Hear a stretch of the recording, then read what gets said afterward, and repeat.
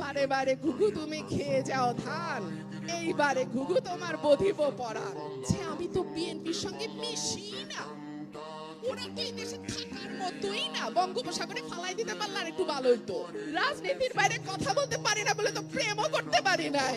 হাসিনা বলছিল না ঘরে ঘরে চাকরি দিব, ঘরে ঘরে বেকার দিয়েছে। ঘরে ঘরে শুধু বেকারই দেয় নাই, ঘরে ঘরে মামলাও দিয়েছে। বলতে চাই নাই, আসলে হয়েছে কি, ঢেকি স্বর্গে গেলেও ধান ভানে। আমাকে কিন্তু 2-3 দিন আগে ওয়ার্নিং দেওয়া হয়েছে, এটা কিন্তু অরাজনৈতিক বক্তব্যের জায়গা। আমি বলি খাইছে, আমার মাথার চুল থেকে পায়ের নখ পর্যন্ত রাজনীতি। আমি রাজনীতির বাইরে কথা বলবো কেমনে? রাজনীতির বাইরে কথা বলতে পারি না বলে তো প্রেমও করতে পারি নাই। রাজনীতি ছাড়া আবার কথা হয় নাকি? যাই হোক,